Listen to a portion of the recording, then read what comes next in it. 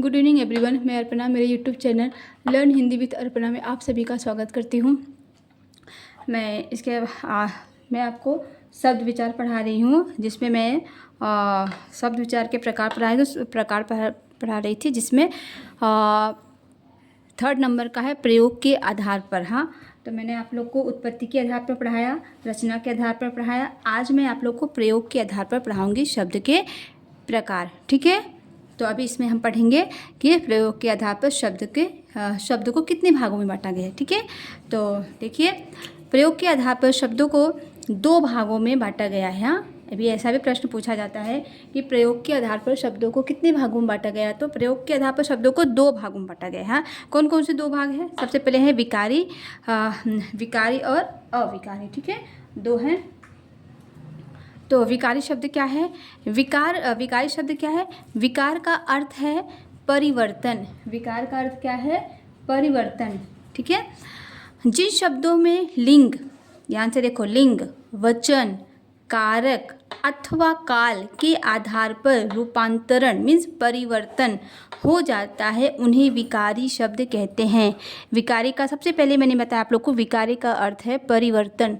हाँ, तो जिन शब्दों में लिंग आपको पता है, स्त्रीलिंग, पुल्लिंग, वचन, एक वचन, बहुवचन, कारक, हाँ, जो कारक चाहिए कर्ता ने कर्म को क्रिया से, हाँ, अथवा काल, वर्तमान काल, भूतकाल, भविष्यकाल के आधार पर रूपांतरण का अर्थ होता है परिवर्तन हो जाता है, परिवर्तित हो जाता है, तो उन्हें विकारी शब्द कहते हैं। अभी इसको हम समझेंगे कैसे कहते हैं। जैसे कि अब यहाँ देखो, जैसे संज्ञा, सर्वनाम, विशेषण, क्रिया। हाँ, अगर विकारी शब्द के भेद पूछते तो कौन कौन से? संज्ञा, सर्वनाम, विशेषण, क्रिया।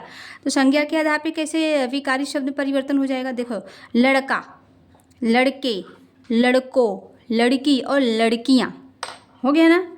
सर्वनाम, मैं, मेरा, हम, मुझे, परिवर्तन हो गया विकारी शब्द। देखो, मैं, मेरा, हम, उन्हें, हाँ, तो परिवर्तन हो गया। विशेषण, पीला, पीली, पीले, हो गया ना। पीला क्या हो गया? हाँ, से एक पीला, पीली, पीले, बहुवचन में हो गया। पढ़ता है, क्रिया में, पढ़ता है, पढ़ते हैं, पढ़ती हैं, पढ़ता था, हो गया ना। तो लिंग, वचन और क्रिया के आधार पर तो जो विकारी शब्द है वो क्या हो जाता है? परिवर्तन हो जाता है। हाँ, ठीक है, जैसे कि मैंने अभी लिंग, वचन, क्रिया के आधार से मैंने एक शब्द बोला कि वह लड़की पढ़ने में बहुत तेज है। ठीक है, वह लड़की पढ़ने में बहुत तेज है। एक क्या हो, ये क्या है? मैंने एक वचन में बोला, अब मैंने इसको वचन के आधार पर चेंज करी हूँ। लड़कियाँ, वे लड़कियाँ पढ़ने में तेज हैं, चेंज हो गया ना। हाँ, लड़कियों को पढ़ना अच्छा लगता है, तो कारक के आधार पर चेंज हो गया। हाँ, लड़कियाँ कल स्कूल आएंगी, तो इसको मैंने काल के आधार पर चेंज कर दिया। तो यही कहने का तात्पर्य है कि जो विकारी शब्द है वो लिंग, वचन, कारक अथवा काल के आधार पर वो परिवर्तित हो जाता है। जैसा कि मैंने आपको यहाँ पे अभी समझाया कि संज्ञा के आधार पर किस तरह से परिवर्तित होगा, सर्वनाम, विशेषण, क्रिया के आधार पर किस तरह से विकारी शब्द परिवर्तित हो जाते हैं। ठीक है, अभी देखिए, ख है विकारी, अविकारी शब्द। अविकारी शब्द क्या है? जिन शब्दों का रूप नहीं बदलता, देखो, नहीं बदलता, वे सदा एक समान रहते हैं। कैसे रहते हैं? एक समान रहते हैं, उन्हें अविकारी शब्द कहते हैं। अविकारी शब्द को ही अव्यय भी कहा जाता है, याद रखना। हाँ, अविकारी शब्द को अव्यय भी कहा जाता है। हमेशा याद रखो, जो अविकारी शब्द है वो नहीं बदलते, जैसे हैं वैसे ही रहेंगे। विकारी शब्द बदलते हैं लिंग, वचन, क्रिया और काल के आधार पर, लेकिन अविकारी शब्द जो वे नहीं बदलते हैं। ठीक है, अभी कैसे? देखो, ये क्या है? जैसे कि अगर पूछा जाता है कि अविकारी शब्द के भेद कौन कौन से हैं, तो क्रिया विशेषण है, संबंध बोधक है, समुच्चय बोधक है, विस्मयादि बोधक है और निपात। अभी हम जानेंगे कि नहीं बदलते तो क्यों नहीं बदलता है। क्रिया विशेषण के आधार पर देखो, अभी, क्या अभी शब्द को लिंग, वचन, क्रिया, काल के आधार पर बदल सकते हैं? नहीं। वर्तमान काल में अभी भी रहेगा, भूतकाल में भी अभी रहेगा, और अभी भी जो समय चल रहा है उसमें भी अभी ही रहेगा। क्या? और एक वचन, कारक, किसी के आधार पे भी ये शब्द है अभी नहीं, इस शब्द को हम बदल नहीं सकते। उधर को बदल सकते हैं क्या? नहीं। पीछे नहीं, जो चीज़ पीछे उसको पीछे ही बोलेंगे। हाँ, तो जो ये शब्द है ना, इसको हम किसी भी आधार पर बदल नहीं सकते, इसलिए इन्हें क्या किया गया है? अविकारी शब्द कहा गया। तो ये हर सदा एक ही समान रहता है, हर परिस्थिति में एक ही समान रहते हैं।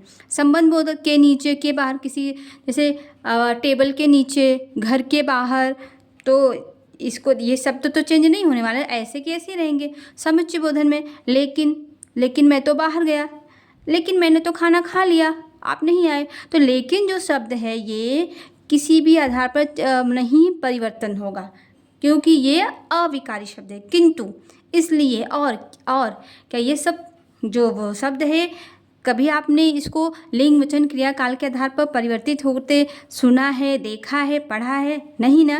तो इसलिए ये अविकारी शब्द कहते हैं। अभी विस्मयादि बोधक ओ, अरे, छी, ऐसा निकलता है ना जो हमारे मुंह से। विस्मयादि शब्द क्या? जब जो भाव हमारे मुंह से अचानक निकलता है मुंह से, तो विस्मयादि बोधक होते हैं। तो क्या इसको हम लिंग वचन क्रिया के आधार पर बदल सकते हैं, परिवर्तित कर सकते हैं क्या? नहीं कर सकते। ठीक है। फिर क्या है? निपात। ही, तो, भी हम शब्द में जोड़ के बोलते हैं ना। हाँ, ऐसा ही तो होता है, मैं भी तो वहाँ गया था। तो क्या ये सब को हम चेंज नहीं कर सकते ना? ये जो भी है, तो है, ही है, ये सब को हम नहीं परिवर्तित करते। तो जो शब्द जिन शब्दों का रूप नहीं बदलता वे सदा एक समान ही रहते हैं, तो कौन से शब्द कहलाते हैं? अविकारी या अव्यय शब्द कहलाते हैं। ठीक है। इसके पहले मैंने आप लोग को संधि में अविकारी संधि अव्ययीभाव संधि पढ़ाया था। हाँ, तो उसमें भी वही था ना, पहला प्रधान जैसे का तैसे रहता है। ठीक है, प्रथम पद। ठीक है। अभी हम ये चौथे नंबर का प्रकार जानेंगे शब्द के आधार पर। अभी अर्थ के आधार पर शब्द के भेद जानेंगे। हाँ, तो अर्थ के आधार पर अर्थ के आधार पर शब्दों को दो भागों में बांटा गया है, सार्थक शब्द और निरर्थक शब्द। सबसे पहले हम जानते हैं सार्थक शब्द क्या है। जिन शब्दों का अपने आप में अर्थ होता है, अपने आप में अर्थ होता है, उन्हें सार्थक शब्द कहते हैं। जैसे सरोवर, सरोवर का अर्थ क्या है? तालाब। क्षितिज, हाँ, क्षितिज क्या है? जो ज़मीन से, बादल से जो छाया, जिसे क्या बोलते हैं? उसको जो ठंड के मौसम होता है, कोहरा। क्षितिज, जानवर, विद्यालय। हाँ, तो क्या है? इसको हम ये सार्थक शब्द है।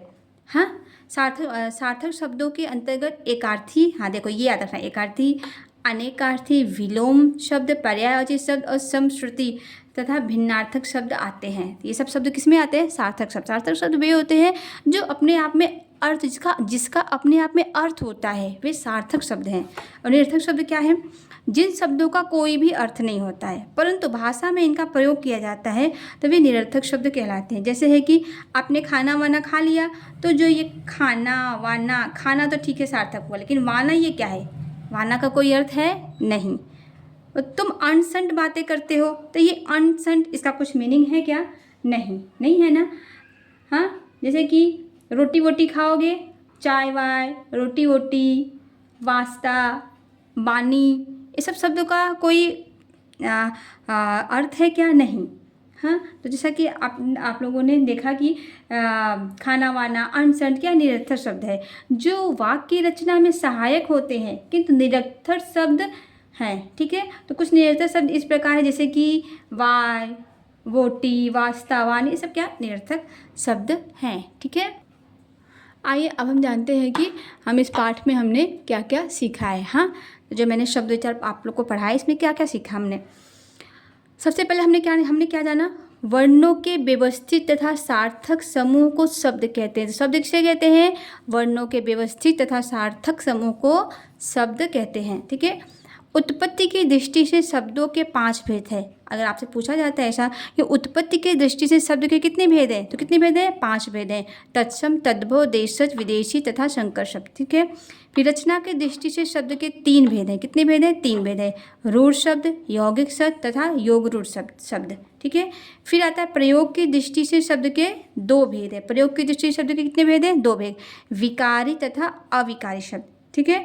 और अर्थ की दृष्टि से शब्द के 2 भेद हैं, सार्थक शब्द तथा निरर्थक शब्द।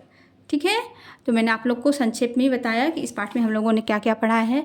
हाँ, आप लोग को वीडियो अच्छा लगा है और मेरे पढ़ाने का तरीका अच्छा लगा तो प्लीज़ लाइक कीजिए, सब्सक्राइब कीजिए, शेयर कीजिए। हाँ, और कमेंट करके बताइए कि कैसा पढ़ा रही हूँ मैं।